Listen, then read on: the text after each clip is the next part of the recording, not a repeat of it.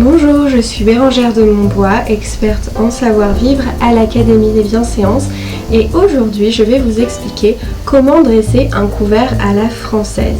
Mais avant toute chose, je vous conseille de retirer toutes les chaises qui sont autour de votre table afin d'avoir le champ libre, ce sera beaucoup plus pratique. Et je vous conseille également de prévoir tout ce dont vous aurez besoin en vrac sur une table de côté. Donc si vous avez une desserte ou une commode ou un buffet, un meuble de ce type, vous pouvez placer tous les ustensiles, toute la vaisselle, absolument tout ce dont vous aurez besoin pour dresser cette table à la française. Vous allez commencer le dressage de votre table en plaçant les assiettes approximativement à 2 cm du bord de la table que vous pouvez mesurer avec la moitié de votre pouce. Donc vous placez votre pouce de cette façon sur la table et vous alignez le bord de l'assiette avec le bord de votre pouce.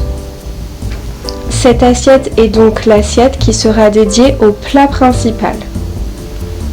Ensuite, en partant de l'intérieur vers l'extérieur, nous allons placer à gauche et à droite de l'assiette les couverts qui vont concerner l'entrée et le plat principal. Puisque on se sert toujours des couverts qui sont les plus à l'extérieur en premier pour se rapprocher au fur et à mesure de l'assiette, les couverts qui se trouvent au plus près de l'assiette correspondront aux couverts du plat principal. Donc nous aurons besoin d'une fourchette et d'un couteau de table. Nous allons placer la fourchette à gauche de l'assiette, côté bombé vers le ciel, puisqu'il s'agit du placement à la française, et le couteau à droite de l'assiette, côté tranchant de la lame, toujours tourné vers l'assiette. Pour quelles raisons les cuillères et les fourchettes à la française sont-elles placées côté bombé vers le ciel? Eh bien tout simplement parce que les armoiries ou bien le monogramme, comme vous pouvez le voir ici, était gravé au dos des couverts. Nous allons désormais placer les couverts qui correspondent à l'entrée. Nous pouvons dire que nous allons manger un poisson chaud pour l'entrée. Nous allons donc nous servir d'une fourchette et d'un couteau à poisson que nous allons placer à gauche de l'assiette, donc toujours côté bombé vers le ciel, et le couteau à poisson à droite de l'assiette. Vous allez peut-être me dire, mais Bérangère, pourquoi vous n'avez pas placé d'assiette, une petite assiette, pour l'entrée? J'aurais pu le faire s'il s'agissait d'une entrée froide, mais j'ai décidé aujourd'hui qu'il s'agissait d'une entrée chaude et par conséquent, puisque nous devons toujours servir un plat chaud dans une assiette chaude, eh bien il serait trop compliqué d'aller faire chauffer toutes ces petites assiettes ou de les remplacer au moment du service de l'entrée. C'est pourquoi il vaut mieux ne présenter que l'assiette pour le plat principal et non pas l'assiette pour l'entrée qui sera chauffée et qui arrivera donc probablement déjà servie. Donc on pourra effectuer un service à l'assiette en cas d'entrée chaude. Nous avons donc placé nos couverts pour le plat principal, donc une fourchette de table et un couteau de table.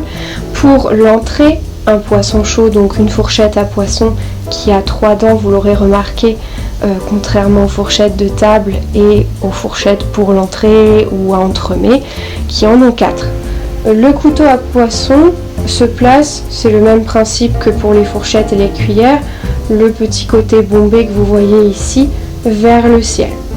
Nous allons désormais placer les couverts qui se trouvent au-dessus de l'assiette. Je vais en placer 4 pour que vous puissiez bien comprendre la logique derrière cela, mais il est très rare d'en trouver 4 puisque vous verrez cela fait un petit peu trop, on est dans un certain excès et en plus cela prend beaucoup de place au-dessus de l'assiette.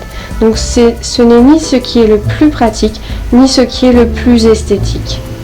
Nous allons donc commencer à dresser les couverts qui vont correspondre au service du dessert. Donc ceux qui se trouveront évidemment les plus proches de l'assiette. Donc nous pouvons dire que nous aurons un moelleux au chocolat avec sa crème anglaise Et dans ce cas de figure, nous aurons par conséquent besoin d'une fourchette et d'une cuillère à entremets, ou à dessert si vous préférez. Nous allons donc placer en premier la fourchette à entremets, toujours côté bombé vers le ciel, et manche vers la droite. Pour quelle raison? Puisqu'en fait, nous allons nous en servir avec la main droite. La cuillère à entremets juste au-dessus et on suit le même principe. On fait attention à ce que les couverts soient bien alignés. Et ensuite, nous allons placer une fourchette et un couteau à fromage. Vous l'aurez remarqué, il s'agit en fait de la même fourchette que la fourchette à entremets et d'un couteau un peu plus petit qui aurait aussi pu nous servir pour l'entrée. Ces couverts, d'ailleurs, auraient aussi pu se placer ici si nous n'avions pas prévu de poisson. Donc, nous allons placer en premier la fourchette, cette fois-ci, le manche tourné vers la gauche et le couteau en dernier avec le côté tranchant, toujours qui regarde l'assiette. Au-dessus de ces 4 couverts, nous allons pouvoir placer les verres. Nous pouvons dire que nous servirons évidemment de l'eau, mais aussi un vin rouge et un vin blanc. Nous allons donc prendre en premier le verre de taille moyenne, le placer centré par rapport à l'assiette, puis peu importe, nous allons prendre par exemple le verre plus petit, le placer à droite du verre de taille moyenne. Nous pouvons mettre un doigt entre les verres par exemple, et nous allons nous saisir du dernier verre et le placer cette fois-ci à gauche, en maintenant toujours le même écart entre les deux verres. Nous avons donc un verre de grande taille à gauche, un verre de taille moyenne à droite et encore plus à droite, un verre plus petit que les autres. Quelles boissons sont-ils censés accueillir? Il s'agira du verre à eau, du verre à vin rouge et du verre à vin blanc. Plaçons désormais la serviette. Nous avons de la chance, elle est déjà parfaitement bien pliée. Elle sera un petit peu grande pour cette table, mais je sais que vous ne m'en tiendrez pas rigueur. Et nous allons donc la placer à gauche des couverts pour le dîner. Pour le déjeuner, vous auriez très bien pu plutôt la placer dans l'assiette, sur l'assiette. Mais comme nous avons de jolies assiettes aujourd'hui, nous n'allons pas les cacher, nous allons placer la serviette à gauche. Si vous souhaitez placer des assiettes à pain, cela est tout à fait possible, mais absolument pas obligatoire. Nous servirons d'une petite assiette, une sous-tasse, et nous la placerons donc en guise d'assiette à pain en haut à gauche. Si vous recevez plus de 8 personnes ou tout simplement si vous avez envie d'ajouter des marque-places, nous allons nous saisir de celui que nous avons ici et nous allons le placer en haut à droite. Si le marque-place était plat, traditionnellement en France, on le placerait tout simplement sur le plus grand des verres, donc le verre à eau. Mais ici nous avons un marque-place plié, donc nous pouvons le disposer en haut à droite.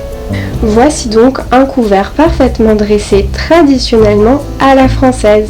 Rappelons qu'il est très rare de trouver les 4 couverts en même temps au-dessus de l'assiette et qu'on en trouvera plutôt 2 ou 3. Je vous remercie et je vous dis à très bientôt!